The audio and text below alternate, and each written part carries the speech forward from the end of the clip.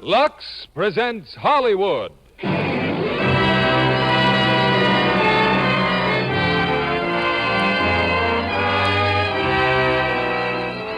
Lever Brothers Company, the makers of Lux Toilet Soap, bring you the Lux Radio Theater, starring Robert Mitchum and Lorraine Day in Holiday Affair. Ladies and gentlemen, your producer, Mr. William Keighley.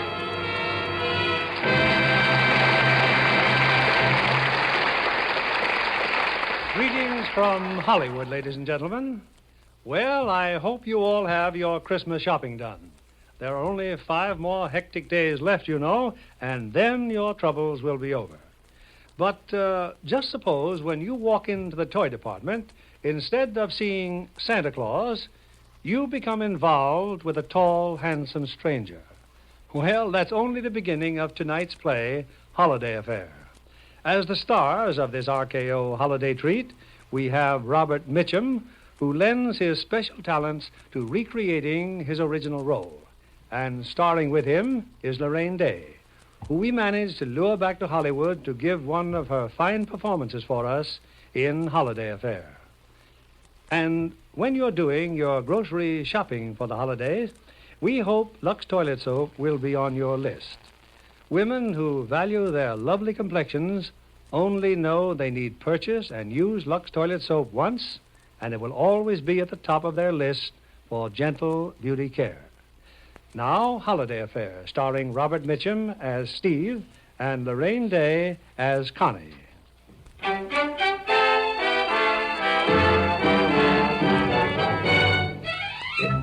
It's rather important to any large department store, especially at Christmas time, to know just what's going on at its competitors.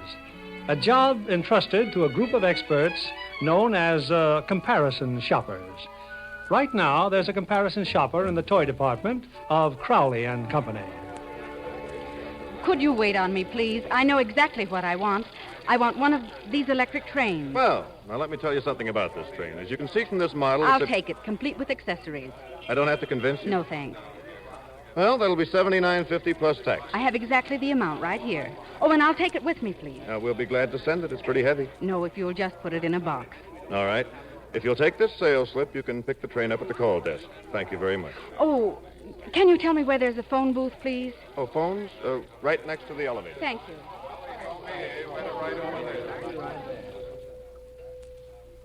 Hello, Miss Neely? This is Connie Ennis. Well, I have a report on those 54-gauge nylons.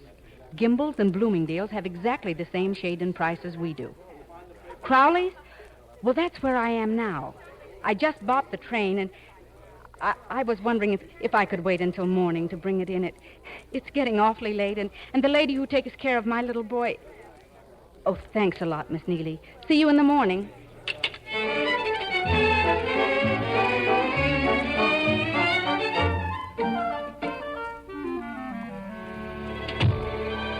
Well, good evening, Mrs. Ennis. Well, good evening, Mr. Ennis. Oh, darling, it is good to see you. Mommy, look, I lost another tooth. Well, I should say you did. I put it on your dresser. You can save it for me. He's been a very good boy, Mrs. Ennis. Oh, hello, Mary. Dinner's all ready. All you have to do is heat it up. I don't know what I'd do without you, Mary. Well, I'll see you tomorrow. Good night, Timmy. Good night, Mary.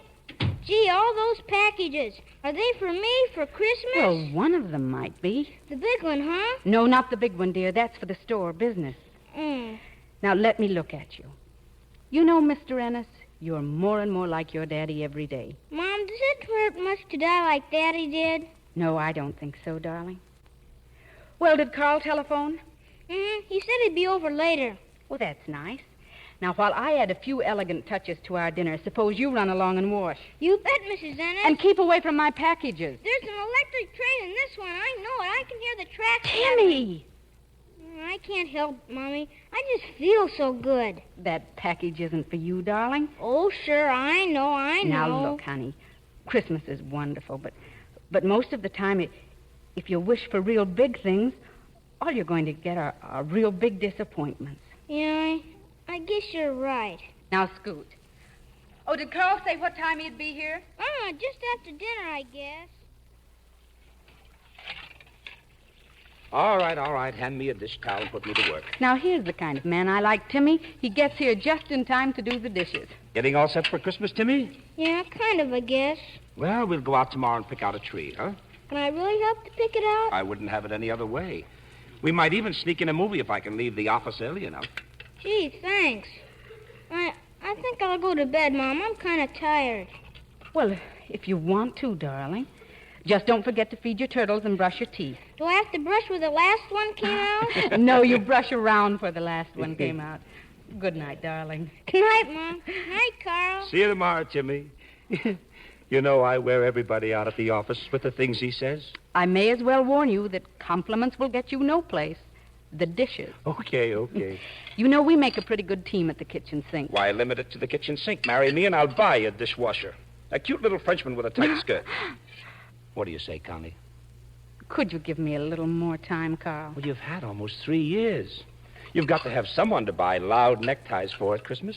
I sure used to buy Guy some buttes. Oh, how he must have hated wearing them. Oh, he loved wearing them, just like I would. Carl, I like you very, very much. You know that, but I don't feel... Now, look. As a lawyer, I got a lot of divorces for a lot of people, Connie. But I never got a divorce for 2 people who really liked each other. But there's Timmy, Carl. Are you sure that you're trying to talk me out of this? I promise you won't have to ask me again. If it's yes, I'll ask you. Does it feel like yes? Sort of. Well, this isn't getting the dishes done. You know, I'll never forget the day you hired me. There I was sitting at the employment agency with all the other girls.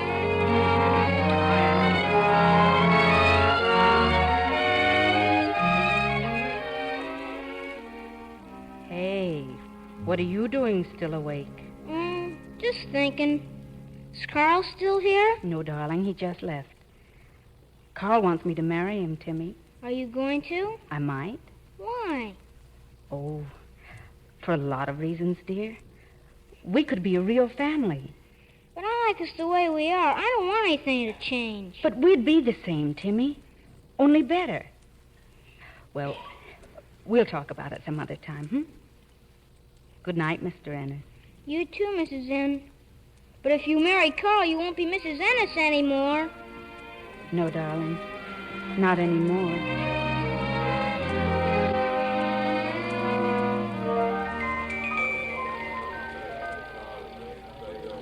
Oh, good morning. May I help you? Oh, hello. Well, Never mind. Let me guess. You came to return the electric train, huh? It wasn't exactly what I wanted, and No, I didn't think it would be. Well, when I got home last night, my little boy said that it was Oh, it was for your little boy. Anything so strange about that? What's your little boy's name? Macy's? Sachs? Gimbel's? Lewis and Fisher, maybe? Now, look, will you please just... Honey, I tagged you yesterday as a comparison shopper. You didn't ask a single question about the train. You had the exact amount already, tax included. You didn't even want it wrapped. What are you going to do? The same as they do over in your store. I press this little button. A store detective rushes up and he takes your picture. We show it to every sales clerk, and that ends your activities in Crowley and Company. It ends my activities in Fisher and Lewis, too. I get fired. Well, if you're going to be a spy, you've got to expect the firing squad. My little boy ends up getting his shoes from the Children's Aid Society, and you're a great big hero. Yeah, I thought we'd be getting back to little Butch. His name is Timothy. He's 7 years old, and I support him. What does your husband do, working his way through college? My husband's dead. He was killed in the war. Would you like to hit me over the head with this locomotive? Well, now what? Now I write you a refund slip, which I have a feeling I'm going to live to regret. Oh, thank you. Yeah, name? Ennis, Connie Ennis. I'm awfully grateful. My job means a great deal to me. Yeah. Address? 550 East 75th Street. Now, you can do me a favor. There are 47 other departments in this store. Don't come back to this one, okay? Okay.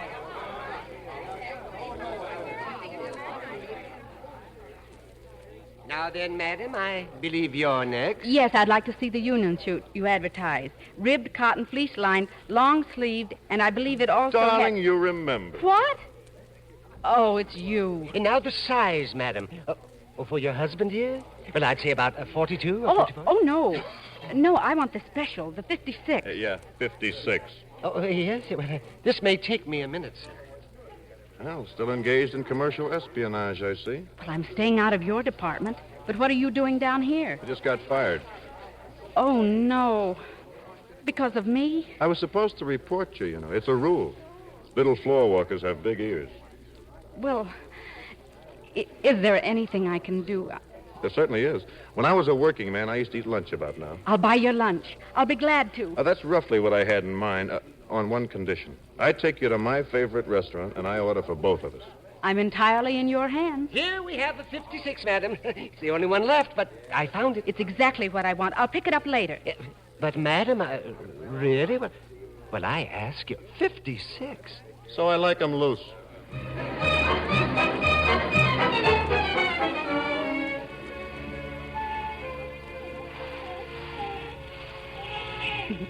Your favorite restaurant, huh?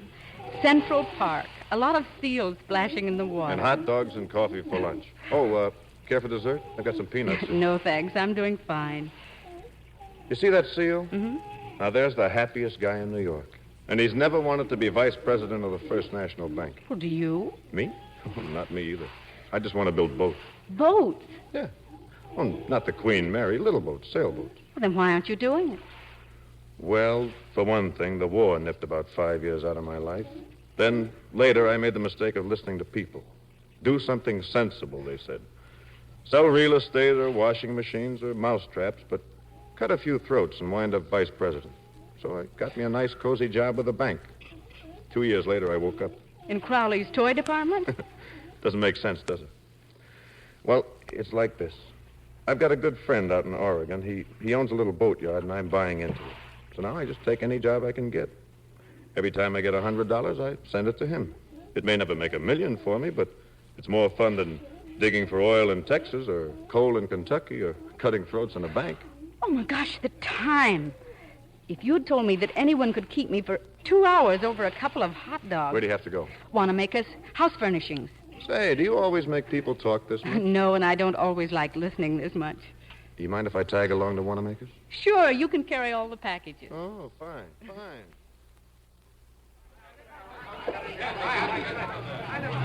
Look, lady, I wish I could help you, but I'm only the doorman. But we were coming out of the store just now. He had all my packages. We got separated in those darn revolving doors. All right, well, how old is the little boy? He's not a little boy. He's a grown man with about 15 packages. Steve! Steve! Oh, for heaven's sake.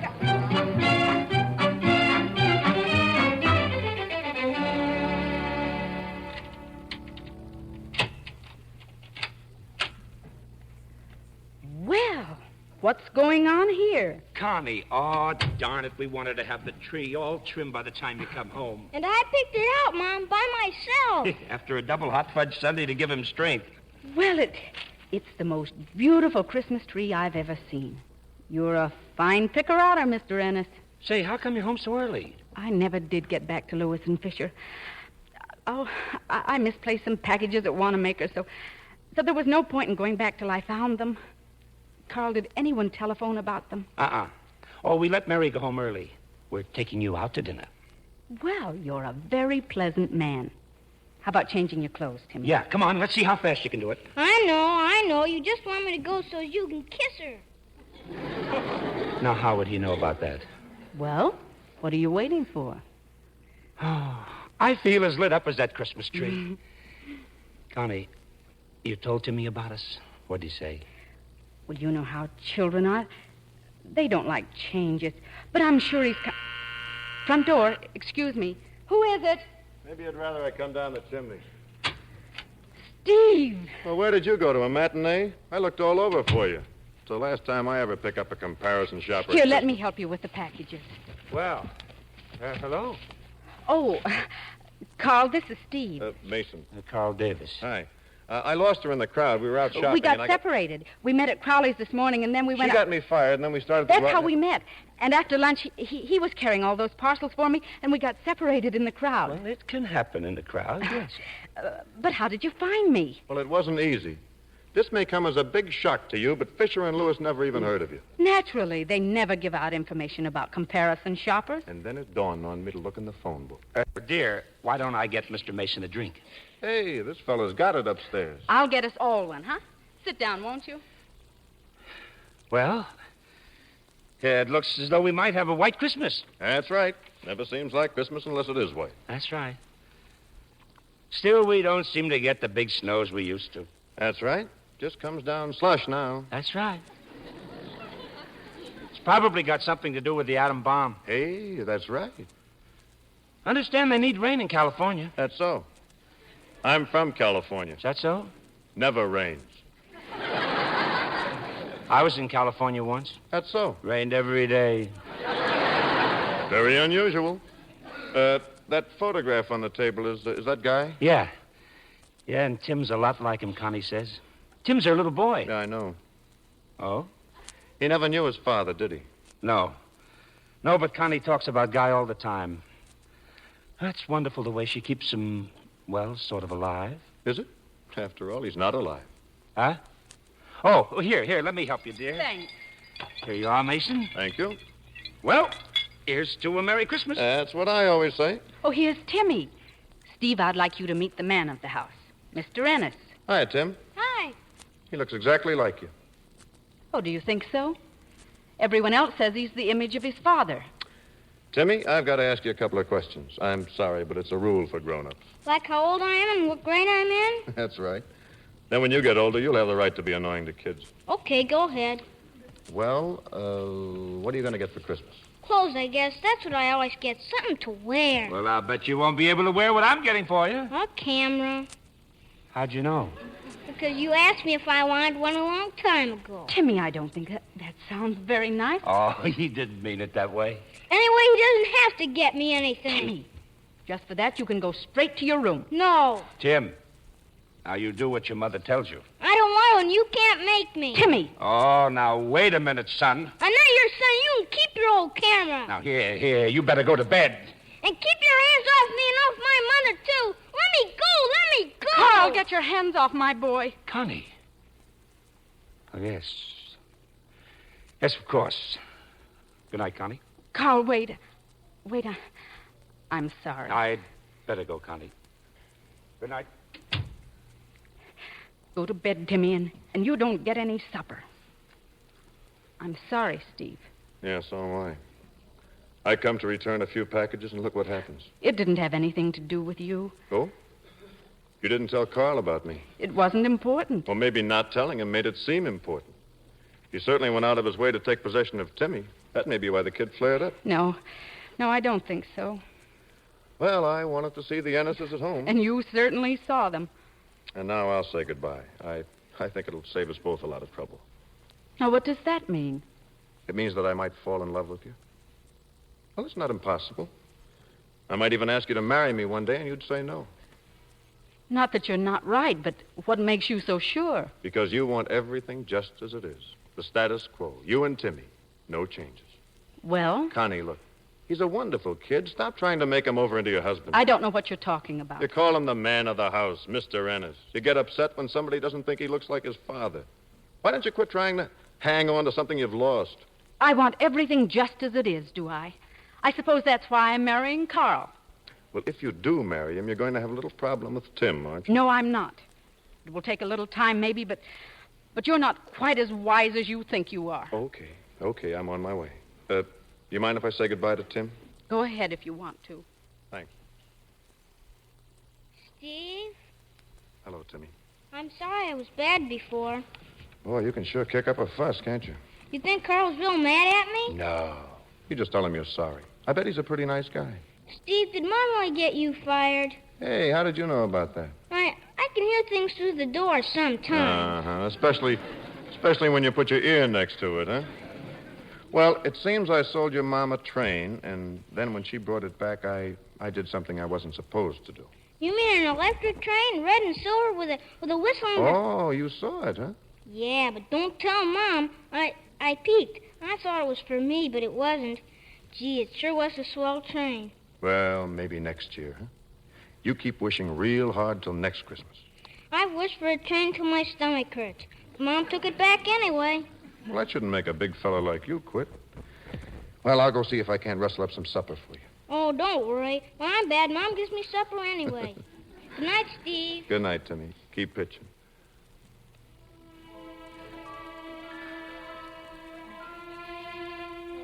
Merry Christmas, Connie. Did you have to do that? You sure scare easy. It was just a goodbye kiss. Good luck, Connie.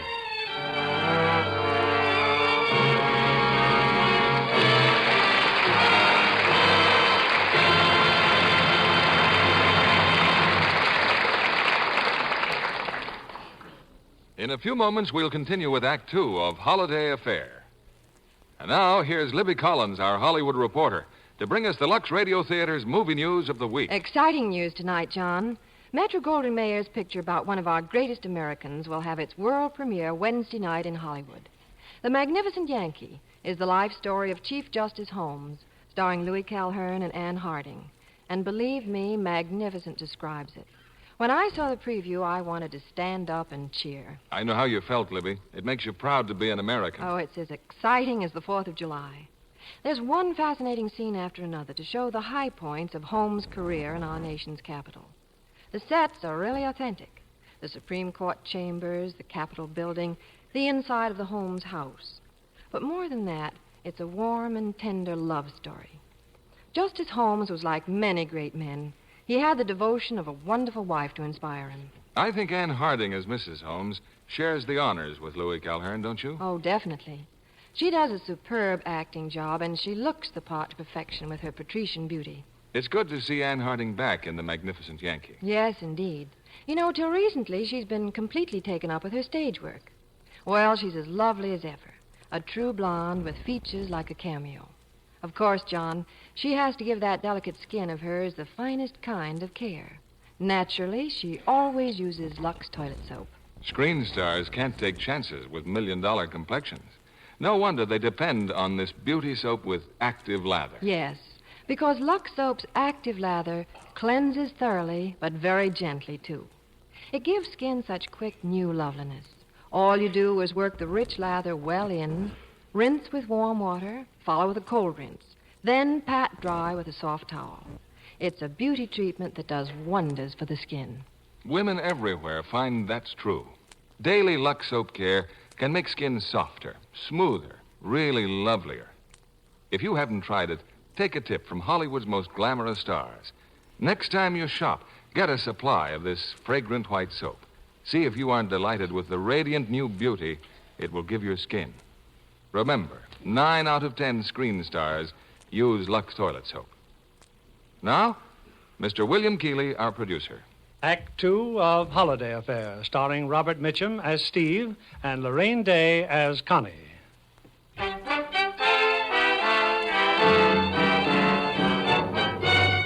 It's noon the following day, the day before Christmas. Connie and Carl have met for lunch and, it appears, have patched up their differences. And once again, Connie, I'm so sorry about last night. It was all my fault.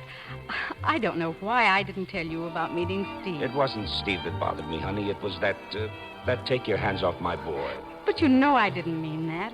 Timmy's such a swell kid. You know, he even called me up this morning. Timmy? Yes. He said he was sorry and that I shouldn't be mad at him and, well, a lot of other nice things. Oh, I'm so glad. You see, I didn't tell him to call you. It was his own idea. And that means that I can ask you something. Well? Will you marry me, Carl? I mean, soon. New Year's Day. Connie. Or are you going to play hard to get? Oh, Connie. Oh, at last. Say, look, we'll pick up Timmy later, and we'll have that dinner out that we didn't have last night, and then when Timmy's fast asleep, you and I'll sit on the sofa and neck. Is that what married people do? Well, if they don't, let's set a precedent, huh? Hey, waiter, how about that check?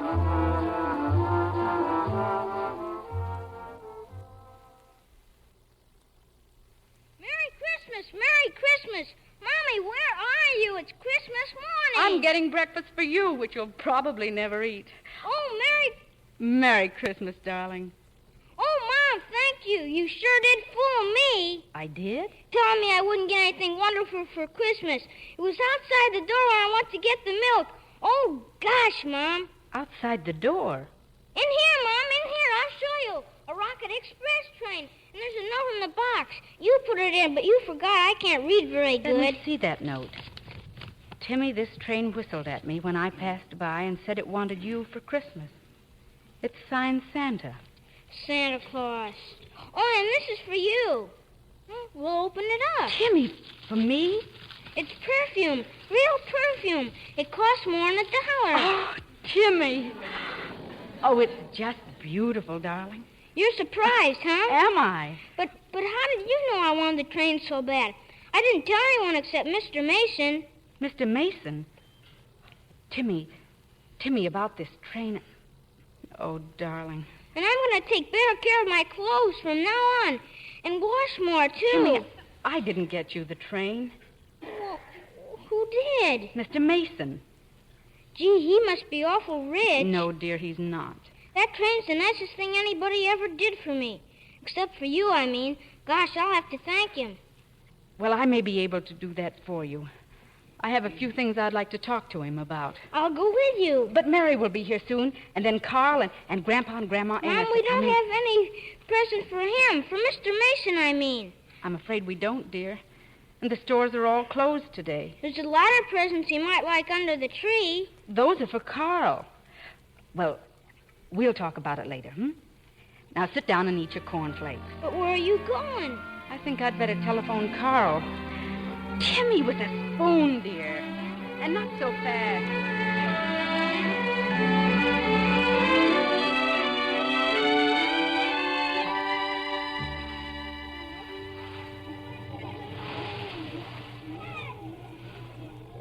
Connie, well, I'm amazed. What brings you to Central Park on Christmas morning? Because you weren't at your hotel. Oh, I don't live there anymore. So the clerk told me. Then I thought maybe you'd be here. Have some breakfast? The squirrel and I think this stuff's pretty good. The squirrel? Oh, yes. He's an orphan. I'm all he has in this world. Steve, why did you get that train for Timmy? Because I wanted to. Well, it was very sweet of you, but I just can't let you do it. I want to give you back the money. Some of it now, and the rest is... Sorry, the train is strictly a personal matter between my friend and me. But, Steve, really... Anyway, it isn't right for Timmy to think he's always going to get everything he asks for. Well, for a kid that's been sold on no surprises at all, it seemed like a great idea. Well, he's just crazy about it. And about you, too. Oh, he sent you a present. No. He wanted to hand it to you personally, Really? but... Really? Now, how did he know that I like noisy neckties? Oh, this I've got to wear right now. I'll just take this old one off. Hey, Mac. Yeah. You want a necktie? Yeah, sure. Well, what do you know? Christmas is here after all. And many of them. Thanks a lot, mister. Well, now you've made 2 people happy for Christmas and 1 person a little unhappy. Oh? Carl. He suspects your motives about the train. Well, so would I if I were in his shoes. I'm marrying Carl on New Year's Day. Good for you. He looks like a nice guy. Oh, he is. I know Carl. We've been friends for so long, and now everything will be safe and secure. I feel just wonderful about it. You're great at selling yourself a bill of goods, aren't you? Look, Steve, You were married once to a man you were in love with. You ought to know it's impossible to be safe and secure when you're in love. What are you trying to do, crawl into a cave and hide from everything that's going to stir you up? If I want to, yes. Well, I don't think you can. Life is going to crawl right in there with you and kick your teeth out. I'll manage very well, thank you. You've got to take everything that's coming to you, Connie. All the surprises, good and bad. I can't afford surprises. Every surprise isn't a telegram from the War Department. I should have known it was a mistake to see you again. Then why did you come here? I told you why. To pay you back for the train. You could have mailed it to me. A 3-cent stamp would take care of the whole thing. Look, Steve, I came because I just... Mister! Hey, mister! Hi. Are you the man who gave that man a necktie? That's right. What's that balloon tied onto your head for? Oh, my brother tied it on, and now I can't get it off. Well, the man said it was very nice of you to give him a Christmas present, and he said he wants to give you this one. He did? Uh-huh. So here. Well, I gotta go now. Hey, Milton, wait for me. Well, what do you suppose is in here? Well, nothing like finding out. And where would he have got it? Maybe he's an eccentric millionaire. After all, everyone who wears dirty old clothes isn't a hobo. Just like everyone who gives electric trains to strange kids isn't an eccentric millionaire. Look, just what I needed. Salt and pepper shakers. Steve, not to change the subject, but why did you move out of the hotel? Because I found a cheaper place. I'm going to stick around just long enough to earn my train fare to Oregon, so you can stop worrying about me. I'm not worrying about you. All right, so Carl can stop worrying. Look, since I'm not going to see you again, can't you have the decency not to be annoying? Sure. Goodbye, Connie. Have yourself a nice, quiet life. Thank you. Goodbye, Steve.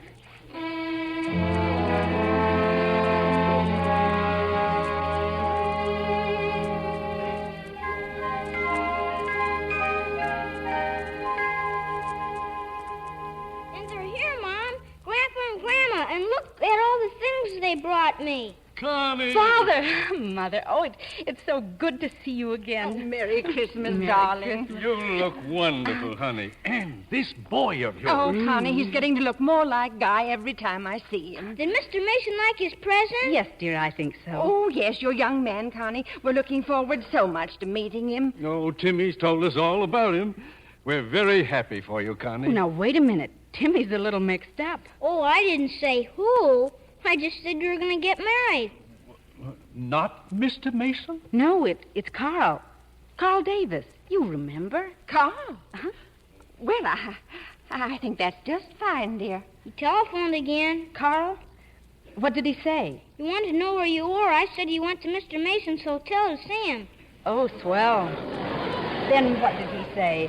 He said he would be right over. You see? I'm coming. Merry Christmas, Timmy. Aye, darling. Carl, and look who's here. Mr. and Mrs. Ennis. Oh, hello, Carl. Merry Christmas. Connie just told us the news, Carl. We're so pleased. Yes, she finally talked me into it. And look what Mr. Mason bought me. Oh, yes, the train.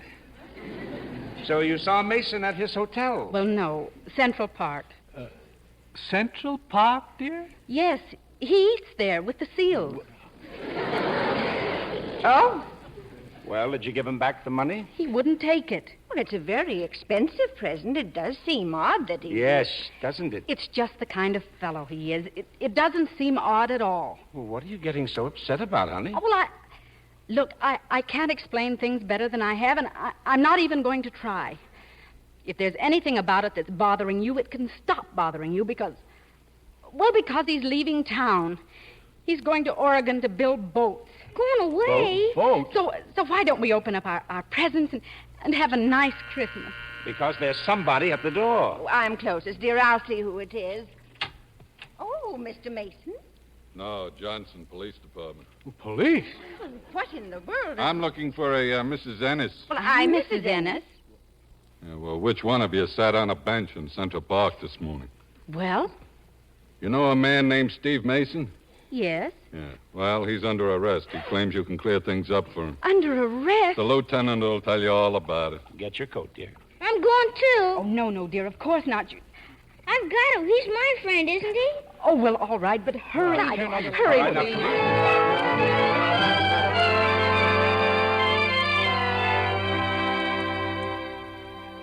And you just stand there, Mason, and keep quiet. I'm running things around this police station. I just wanted to introduce you. Connie, Carl, this is Lieutenant Bolton. How do you do? Yeah. Anyway, at 9 a.m. in Central Park, a Mr. Marvin Fisher was hit on the head, tied up with a necktie, robbed of $52 and some silver salt and pepper shakers, a present for his aunt in Flushing. A little later, Officer McCreary notices this guy. Me. He's loitering, see? He admits he's homeless and unemployed. That doesn't mean... Mrs. Ennis, you're interrupting me. He also admits that the necktie belonged to him, and he's got the salt and pepper shakers on his person. Oh, I see. I made a joke? I'm sorry.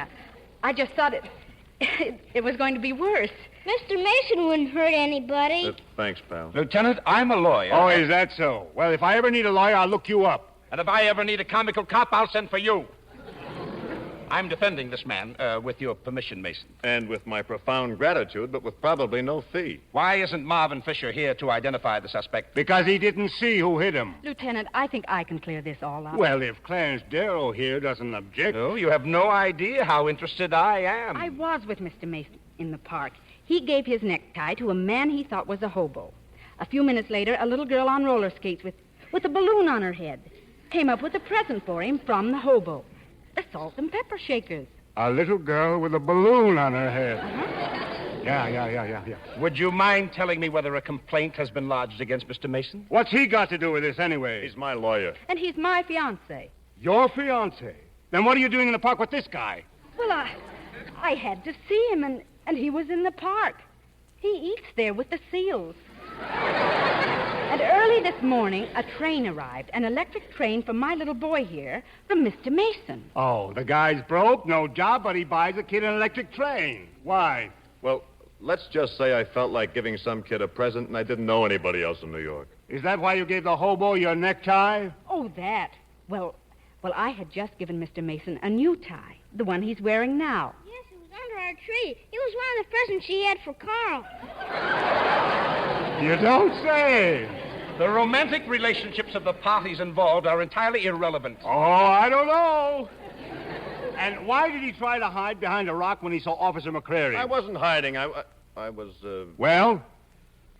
Oh, you'll never believe this. Well, go ahead. Try me. I was feeding a squirrel. He's an orphan. He kind of depends on me. Holy jumping reindeer, get this guy out of here. You mean he's free to go? I gotta let him go, if he isn't planning to skip town. Oh, I'm not. I've got a room, 220 Christopher Street. Oh, now you got a room. Well, just till I earn railroad fare, I've got a job out in Oregon. Why don't you touch the counselor for your fare? I bet he'd be glad to get you a ticket just to get rid of you. Now, look, Lieutenant. Yeah, you look. This case is dismissed. Go on home. Thank you. Yeah, Merry Christmas. Believe it or not, Steve, it only looked like I was trying to send you to the chair. You did fine, thanks. And why don't you let me advance you that train fare? Much obliged, Carl, but I couldn't think of it. Why can't Steve come home with us now, Mom? And have dinner with us? Well, I'm sure he has plans of his own, dear. But how could he? He said he didn't know anybody but me. And besides, it costs a lot of money to eat in restaurants. Thanks, Timmy. I'd love to, but I really can't. But why, Steve? Well, because I, Yes? Okay, I'll come.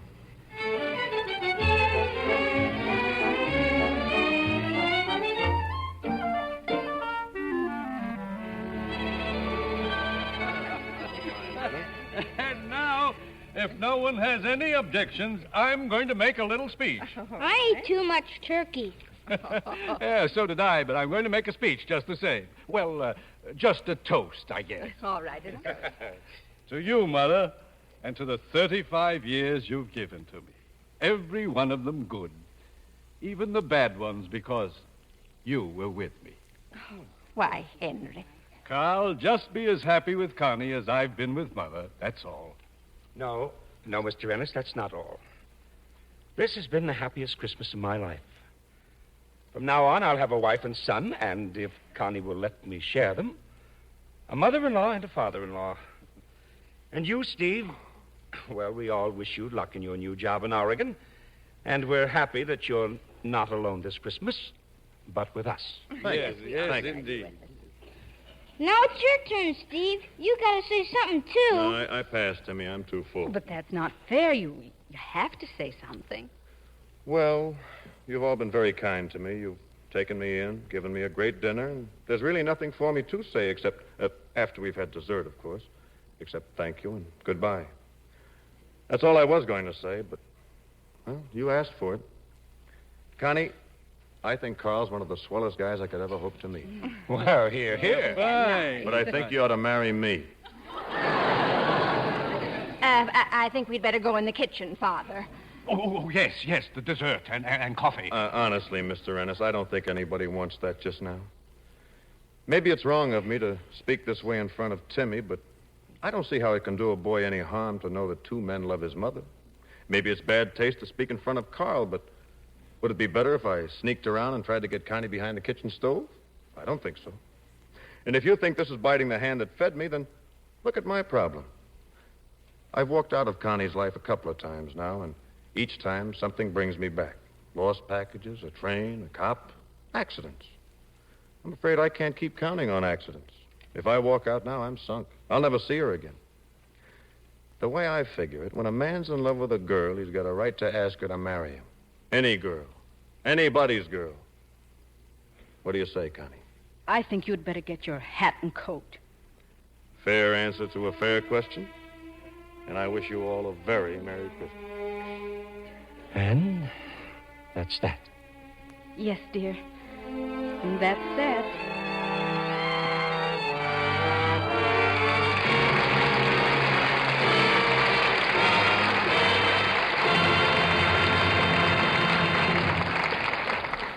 In a few moments, we'll bring you Act 3 of Holiday Affair.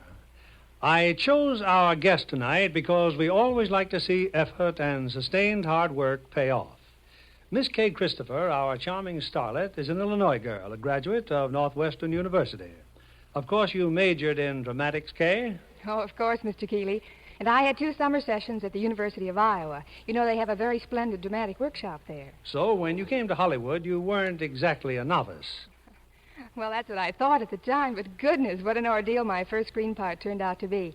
Especially the day the director got so angry when I just couldn't seem to get a scene just right. Yes, but you've been in many pictures since, so, well, you weren't too discouraged. Oh, my, no. As a matter of fact, it made me much more determined. Oh, and incidentally, Mr. Keeley, Faith Domergue, who stars in RKO's Vendetta, spent years of study before she even attempted a screen role. Oh, she's a terrific actress, and very beautiful besides. You know, she seems just right for the intensely dramatic part she plays. A proud young Corsican girl bent on the revenge of her father's murder. You know, Vendetta fairly seethes with human emotions. And Faith Domergue has that dark, exciting kind of beauty that's just right in the mood of the story. Oh, and how gorgeous she is in those close-ups. Everyone will agree with you there, Kay. Her dark hair and eyes certainly set off that Lux complexion of hers. Yes, Mr. Kennedy, Faith is a Lux girl, like most Hollywood stars. And I certainly wouldn't neglect my daily Lux soap facial. And for a luxurious beauty bath, of course, the bath-size cake is just wonderful. Yes, that big bath size makes a hit with women everywhere. The lather is so rich and creamy, even in hardest water. It's active lather, you know, that leaves skin feeling extra soft and smooth. And that fragrance is so delightful, just like spring flowers. A really subtle perfume that's a blend of many costly flower fragrances. Thank you, Miss Kay Christopher, for being here tonight. Now, here's a suggestion to all the ladies in our audience. Try Lux Toilet Soap in the generous satin-smooth bath size. Depend on it for all over Lux loveliness, as famous screen stars do. Put this luxurious soap on your shopping list tomorrow. It makes a fine gift to slip in a Christmas stocking. Remember, 9 out of 10 screen stars use fragrant white Lux Toilet Soap. We pause now for station identification. This is CBS, the Columbia Broadcasting System.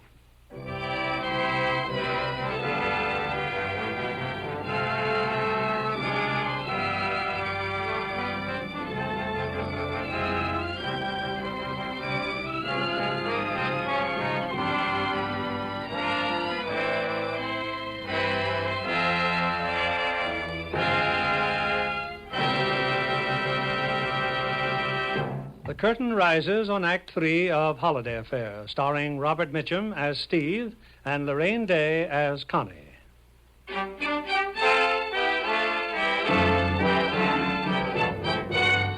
Well, it's the day after Christmas. Santa Claus has come and gone, and so has Steve Mason. And in Crowley's department store, a small boy with a large box has struggled through the crowds to Mr. Crowley's office. Mr. Crowley. Oh, I beg your pardon, Mr. Crowley. Emily, don't you know I'm listening to our radio program? Yes, Mr. Crowley, but I... This is Crowley and Company's meditation hour. 5 minutes more of this and I'll be fast asleep. I'm sorry, sir, but one of our customers wants to see you. Nothing doing. I hate customers. Well, I think you'll want to see this one. He's roughly 7 years old. He seems to be in a lot of trouble. Well, turn off the radio and send him in, Emily. Come on in, Timothy. That's Mr. Crowley behind that desk. Ah, young man. You have something in the box, I see. Possibly some belated Christmas gift for me? No, sir. It's an electric train. Oh, is that so? Well, I hope it hasn't proved unsatisfactory. Well, I got 2 of them for Christmas. So please, can I have my money back? Well, now, let me see that train. What's this? What's this? It got broken in the elevator, but I didn't do it. Honest. No dramatics, boys. No dramatics. I hate dramatics. So you got 2 trains for Christmas, huh? No. I'll tell you the truth. Oh? I only got this one train for Christmas. Steve got it for me. He's my friend. And he's real poor and he hasn't got a job. And he shouldn't have spent his money, and I want to give it back to him. No tears, boy. It gets me all squishy, you know. Yes, sir. Just tell me this tale of woe from the beginning, huh? Well, I guess it all started with my mother. Her name is Mrs. Ennis, and she worked for Fisher and Lewis. She's a comparison shopper. Whoops. Anyway, she came here to your store.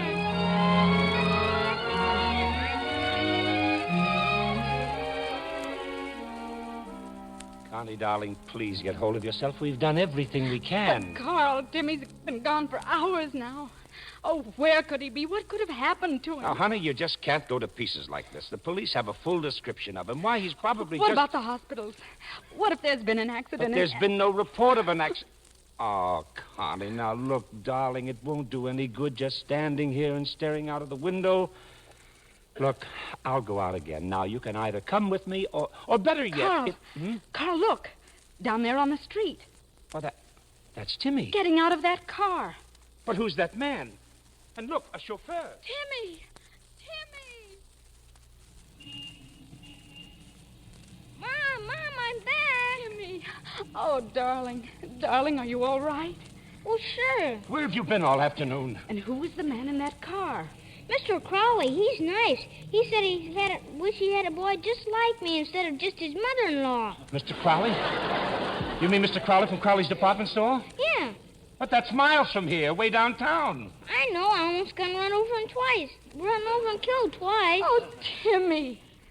Oh, it's okay. I didn't. But why did you go to Crowley's? I took my train back. Oh, but why, honey? You loved it so. Oh, my poor baby. It cost too much. Steve hasn't got a job, and Mr. Crowley gave me the money back. Will you give the money to Steve, Mom? Please, Mom, he needs it. Well, we don't know where he lives, Timmy. 220 Christopher Street. Remember, he said so in the police station.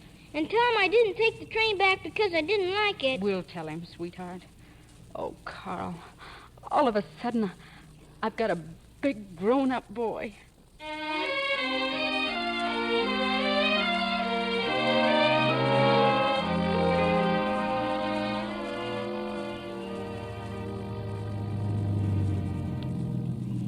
Well, this is it, honey. 220 Christopher Street. Carl, you give him the money. I think I'd better wait out here. You do? Connie, let's have a talk for a minute, huh? In the case of Connie Ennis versus Carl Davis, I'd like to offer certain facts and evidence.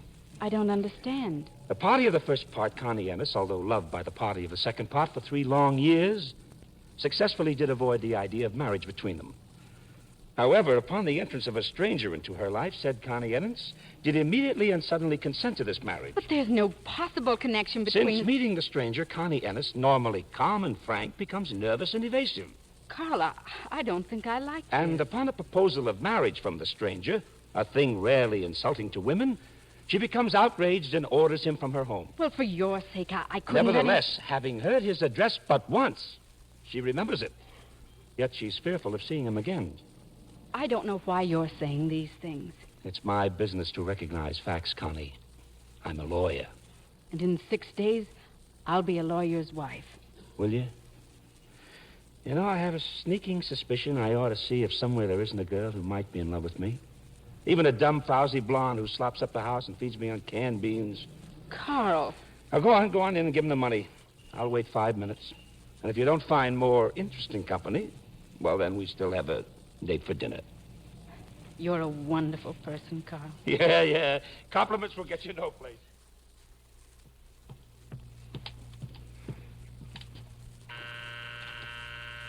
Come on in.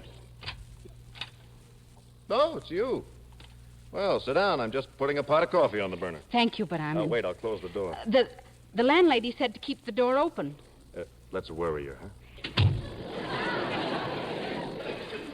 I have $79.50, plus tax that belongs to you. You know, I'm going to get sore if people don't quit chasing me around trying to give me money. Well, this is from Timmy. He took the train back to Crowley's, all by himself. But why would he do that? I thought he was crazy about it. Oh, he was. But he wants you to have the money. What a kid. Everything else all right? Well, everything else is fine. Well, then it looks like a happy new year all around, huh? Mm-hmm. I can shake myself loose from this penthouse, grab the first cheap train to Oregon, and you and Carl will be getting set for your honeymoon. Carl and I are not getting married. Oh? Well, I guess that's my cue to propose again. But I'm not going to. Nobody asked you to. Wouldn't you like to know why? Not particularly. Well, I'll tell you anyway.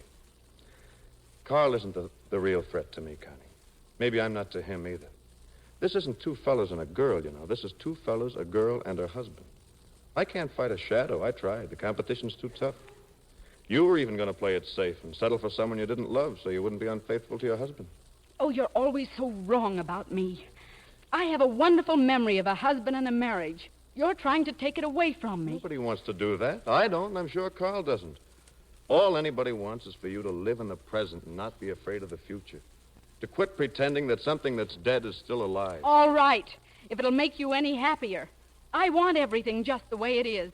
Mrs. Status Quo.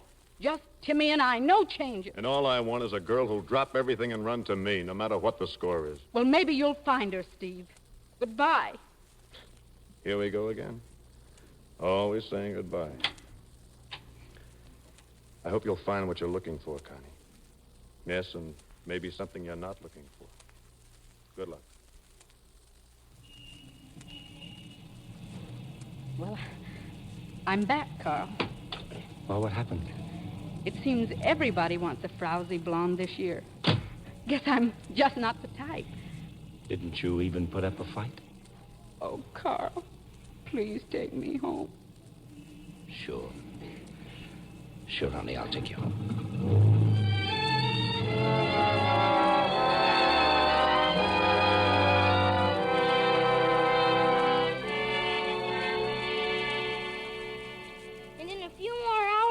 A brand new year, huh, Mom? That's right, darling. But if we don't stop talking, I'm going to be late for my party. Mom, what did that telegram say before? Oh, just Happy New Year, dear. From Grandpa and Grandma? Well, no, it was from Steve. Now, where's my lipstick?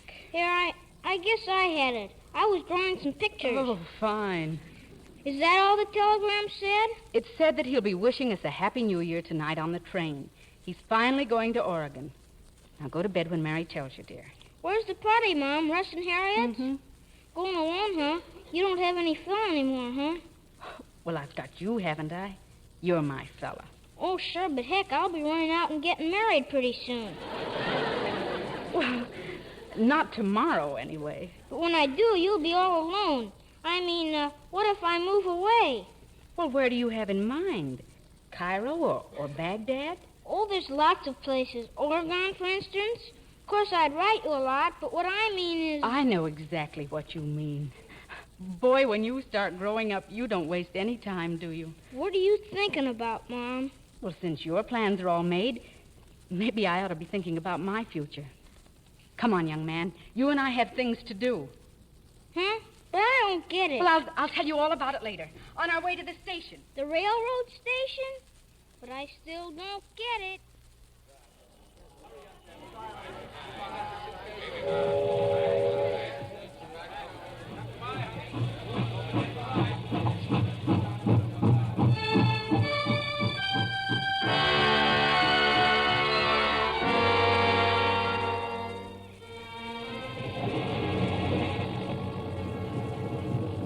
Is there a Mr. Mason in this car?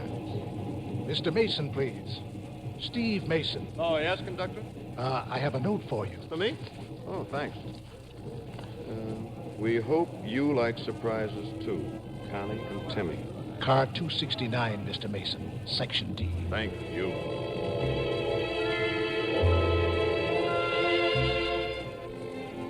Steve. Well, I dropped everything, darling. I ran. Gee, Steve, a real train's even better than an electric train. Connie and Timmy. Well, what do you know? Look out the window, Timmy. You may see something interesting. Huh? Oh, yeah. Can I turn around now? Are you through kissing? Uh-oh.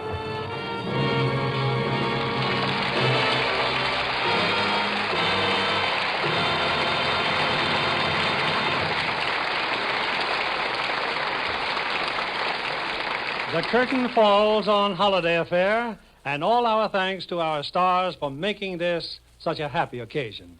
Robert Mitchum and Lorraine Day. Well, Bob, I suppose you're all set to play Santa to your two boys. I sure am, Bill. But they're growing up awfully fast, you know. Jim's 9 and Chris is 7. They're regular giants. Giants? Did you say giants? You're speaking of the men I love. Lorraine, you literally live for the New York Giants, don't you? Yes, Bill, from spring training through the baseball season. But that goes from March clear through September. You ought to play on the team. Just a minute, Bob. Our season goes through October. Next year, the Giants will be playing in the World Series. My, such faith. You know, I bet she believes in Santa Claus. I bet she does, too. I certainly do. I have the New York Giants and Leo DeRocher. And what do you have? Well, you can have Leo. I have Jane Russell in our new RKO picture, His Kind of Woman. Well, to each his own. How about your children, Lorraine? I suspect they're Giant fans. Well, my boy Chris certainly is.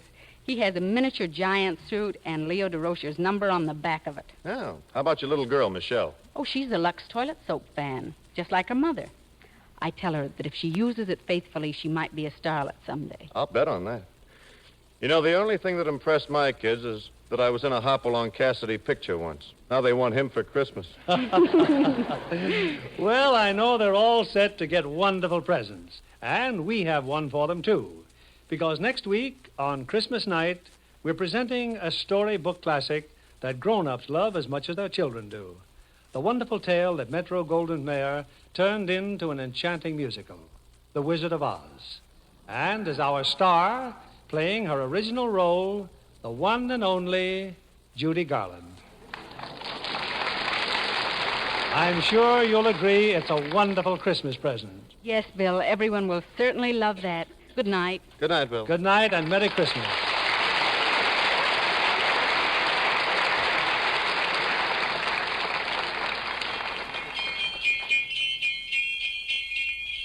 Santa Claus is on his way, and here's a wonderful new idea for helping him trim your Christmas tree. Make a snow-like frosting with Lux Flakes. Your tree, your table decorations, too, will look as if they're covered with freshly fallen snow. It's easy to make, and even the children can put it on. Wonderfully inexpensive, too. Frost your tree before you put on lights and other trimmings. Christmas snow dries in a few hours, lasts as long as the tree. To make it, here's all you do. Just add 2 cups of lukewarm water to a box of Lux Flakes, whipped to a creamy consistency. Spread handfuls along the branches of your tree with your fingers. Buy an extra box of Lux Flakes tomorrow to trim your tree. Your dealer has complete printed directions for making Christmas snow with Lux Flakes.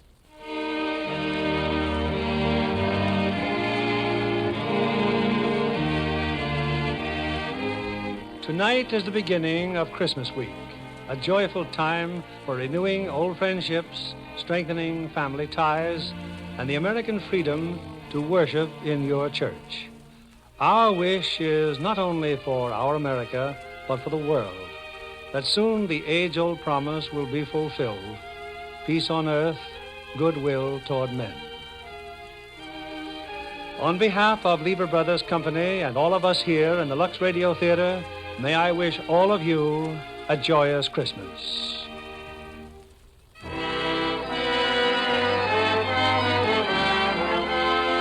Lever Brothers Company, the makers of Lux Toilet Soap, join me in inviting you to be with us again next Monday evening when the Lux Radio Theater presents Judy Garland in The Wizard of Oz. This is William Keighley bidding you good night.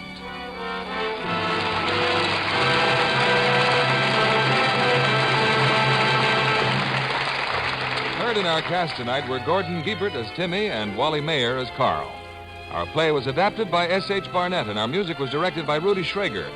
This is your announcer, John Milton Kennedy, reminding you to join us again next Monday night to hear The Wizard of Oz, starring Judy Garland. Stay tuned for My Friend Irma, which follows over these same stations. This is CBS, the Columbia Broadcasting System.